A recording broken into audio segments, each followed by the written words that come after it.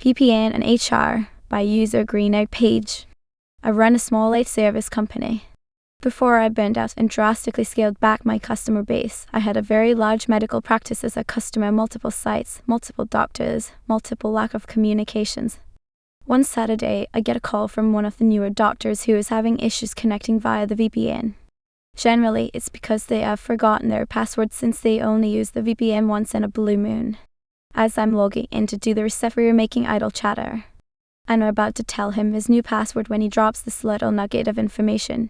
Yeah, I'm down in city on the other side of the state and I work for the hospital here and need a patient's images, but customer hasn't sent them yet. Me, wait, you're no longer with customer. Doctor, no, I work for a hospital now. Me, well, that's a different issue then. I can't allow you access to their system. Unlocking your account and disabling all access. Have a nice day, doc. And then on Monday I had a conversation with HR about why they needed to let me know when personnel depart the company because they almost had a HIPAA violation on their hands. Mark pulled the plug on the Exchange server during updates by user Oinky Confidence. I wonder if I've ever shared the story of when Mark, the owner, pulled the plug on the Exchange server during updates. This story really happened. Back in 2011, Mark owned a decently sized finance operation and often worked odd hours. He was in the office very early one morning around 3:00 a.m. At the time, the company had a physical Exchange 2010 server running Windows Server 2008 .wo with a monthly maintenance window on the second or third Thursday at 3 a.m. or whenever it was. Mark didn't trust virtualization and never approved any of our recommendations either, as if he was some sort of subject matter expert on IT. I was at a conference, so it was in a hotel room several states away when he called around 6 a.m. that Thursday. I can't get into email, he tells me. I ask what happened.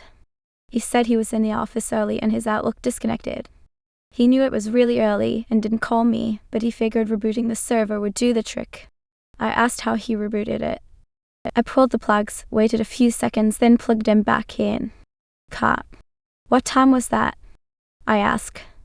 Oh, around 3:15 or so. I spent the whole morning missing the conference just so I could restore their Exchange database from the night before. He lost a few emails, so did the rest of the office, and I told him never again will he touch the power cords on the servers or touch the servers at all. He got charged emergency rates because of his incompetence. Epilogue: COVID ended up killing his business and they liquidated. The guy was a real piece of work. We had long since fired them as a customer, and I'm pretty sure they still had that same Exchange 2010 server up until the end too. I am not tech support, just Gen Z, but apparently I am now, by user Gullible Empire 3893. So at my company, we have this internal app that everyone uses to access and store data. Nothing fancy, just download it once, open it, and you were good to go. Or so I thought. I had a couple people complaining about a plethora of things in regard to their computers. As I did my rounds, I noticed that half the company has been going to the download page every single time they want to use it, downloading the exe, running the installer, reinstalling the entire app just to open it. Like clockwork. Every single time. When I explained that you only need to install it once and then open it from the desktop, they looked at me like I'd just invented fire. I am not tech support, I am just Gen Z with basic computer literacy.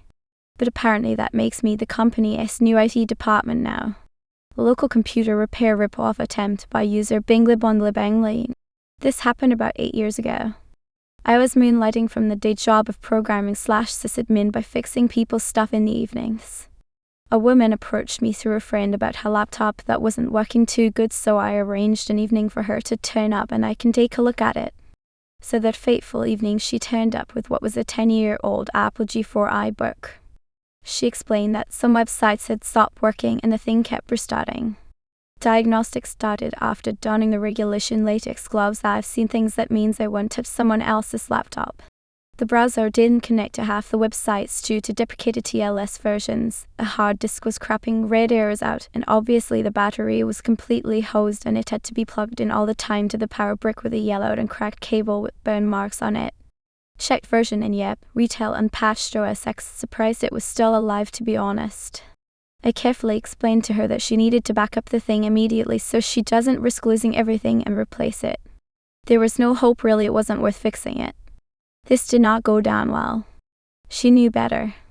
I'd had this for so long, I'm sure it's fine if we just fix the issues. After some attempts to persuade her otherwise, I was unsuccessful. So she left with the laptop and I forgot about it. A month later, I get a phone call and she's really angry and demanding that I see it again. I was quite frankly out of cash, so I figured how bad could it be and said, yeah, okay, bring it over. She turned up again, but this time it was completely dead. As in no sign of life. I checked the power supply with a multimeter, all good. It would not power up, battery in or out. Very suspect. So I cracked it open and had a look inside. What did I find? Well, someone had put cheap white heatsink compound all over the RAM edge connectors and rammed it back into the laptop. No joke. I nearly fell off my chair. Totally destroyed the socket. Only at that point she admitted she had taken it to the local computer shop to get a second opinion and left it there overnight. They said to her it was dead when they powered it up and told her there was nothing they could do but sell her another laptop. Anyway, a couple of days later she came back with a new Mac and I moved all the stuff over carefully after bodging the disk into another G4 corpse I had lying around and updating it. The local computer shop burned down 2 months later. I always wondered if it was related.